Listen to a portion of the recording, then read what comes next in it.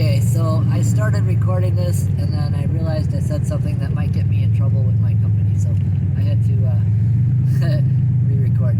So anyway, back in the day, we were out of control. We had not enough staff most of the time. Training was beyond repair. There was just no training.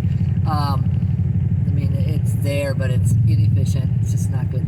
So a lot of times we'd only have two people working, and of course that meant closing the lobby because we couldn't do the lobby and the drive-thru. There's just no way. And so this was one of those nights. Now Taco Bell, in all of their wisdom, from a business standpoint it makes sense. From a customer standpoint, it's easy to feel like a hostage.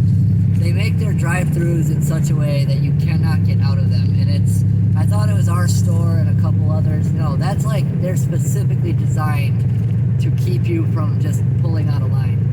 Once you're in it, you are in it. Whether you pay for your food or just drive past the window, whatever you do, you are in that drive-thru until the end of it. So one night was one of these nights where there's just two of us, and when you get to the menu, I tell you, hey, there's only two of us, just so you know there's a long wait. But by that time, most people should already know there's a long wait because they've been waiting. By the time they even got to the window, they'd already been in line for 20 minutes, you know? The line was out in the road. So, anyway, so this guy honks his horn, and I didn't know who it was at the time at first, but I got on the loudspeaker and I asked whoever's honking your horn, please don't do that, it hurts our ears. And I was very polite about it, and then he honked again a moment later, and this happened several more times, and I asked him kindly every time to please stop honking your horn, although I'm sure you could tell by my voice that I was getting a little more annoyed each time. Well, finally this guy gets to the window, not the one honking his horn, but the one right in front of him, gets to the window, and I told him, I said, I'm so sorry about the wait, man. We could, only two of us working here, whatever. He's like, yeah, I know, it's fine. I'm not mad at you. He said, but this guy behind me, he's starting to pee me off. And I'm like, yeah, I know. It's like, is he the one honking? He goes, yeah. I said, yeah, that guy's starting to pee me off too. And then he pulls out a 9mm and he holds it up against his stomach, and he says, he's really lucky I've got self-control. And I'm like, yeah, I guess he is, you know? What do I say to that? So, just to be clear, I was not the least bit scared at all, because this guy clearly had no intentions of using that gun on me. I know he had no intentions. It's just one of those things. You just get a feeling, I guess. I don't know, but I just knew it was fine. So I wasn't scared. And I've been around guns before, so it's not like, oh my gosh, it's going to shoot me. You know, it's fine. So, anyway, while we're sitting there, the guy honks his horn again. And so the guy with the gun, he reaches his head out the window, and he yells back at the guy, hey, there's only two people working, relax, or something like that. Well, that just upset the guy more, so he honked again, and this time, the man at my window held the gun out his window and pointed it back at the guy. And he's like, stop honking your effing horn, just going off and cussing at him. And I was just standing there with my jaw on the floor like, oh my gosh, this dude's gonna get wasted tonight. Holy cow, I'm about to witness a murder. But anyway, so the guy, the look of fear on his face was priceless. It made my night, I'm not gonna lie. It's kind of maybe sociopathic, I don't know, maybe not. I was so mad at the guy, and it just made my night so much to see that look on his face after getting a gun pointed at him because he couldn't control himself. You are not the only one in this line. Everybody here is waiting the same 45 minutes you are, so relax, you know? If you didn't have time for this, you shouldn't have waited that long to get to the menu. So, anyway, it was insane, man. So, and the guy with the horn, he was in a convertible. That's notable because it was easy to talk to him and stuff.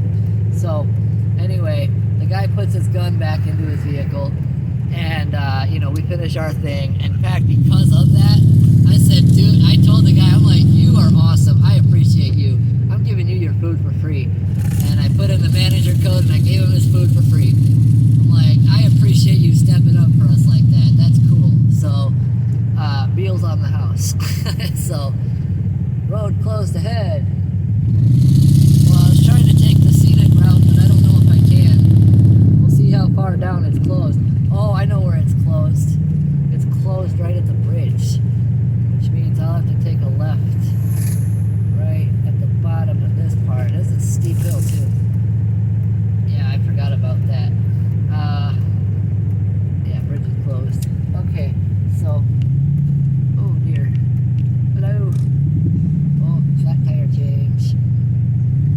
Hello, people. Okay. Alright. So, anyway, sorry about that, y'all. So anyway, this guy got his food, and he took off, and then the guy with the horn got to the window, and he was just looking all sheepish. Like, he knew he messed up, and so I gave him his food, and they took his credit card, whatever, did our thing, and then he pulled off. Our parking lot, there's a Firestone at the bottom of it, like across the lot, and so the guy with the gun had actually pulled in there and waited. Like, I don't know if he was just checking his food or what, because I couldn't actually see him. I just saw his vehicle and it was dark out. But I don't know if he was waiting for the guy with the horn or what. But I saw that he was sitting there when this guy in the convertible drove away from my window, and I thought, oh man, this is not going to end well. And, but to my surprise, no gunshots.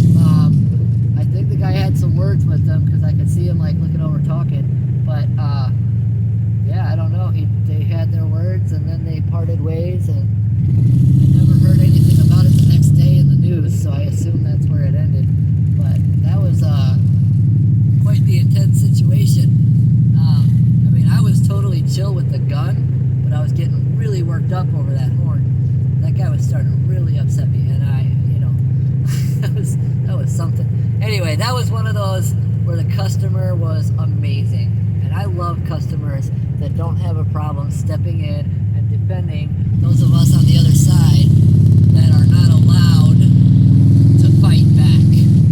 Now, I'm a person who doesn't care, and a lot of times management just turns the other cheek because they don't, I have been fired like 50 times by now because I don't let customers treat me like crap. I just don't.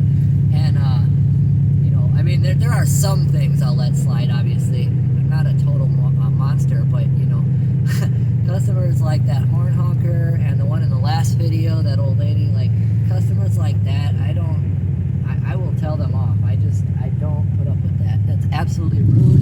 It's mean. It shouldn't be socially acceptable. But anyway, so yeah, that's the second story, guys. I'll load this one later after the other one uploads. The first story is currently uploading while I'm recording this one. So,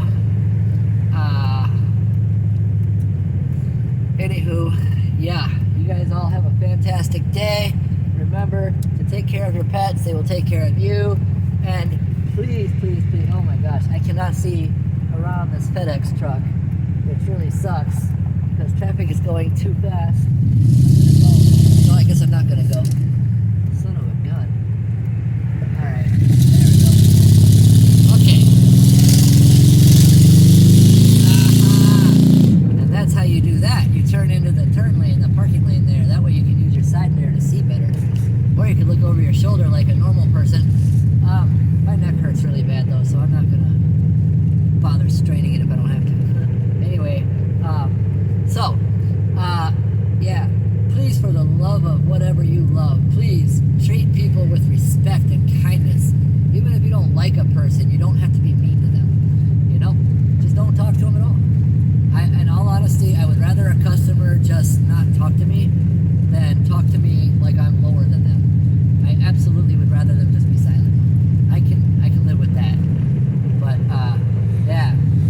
And remember, if service isn't always the greatest, we are people too. And we have our own lives going on. And we have things going on in our lives outside of work. We are not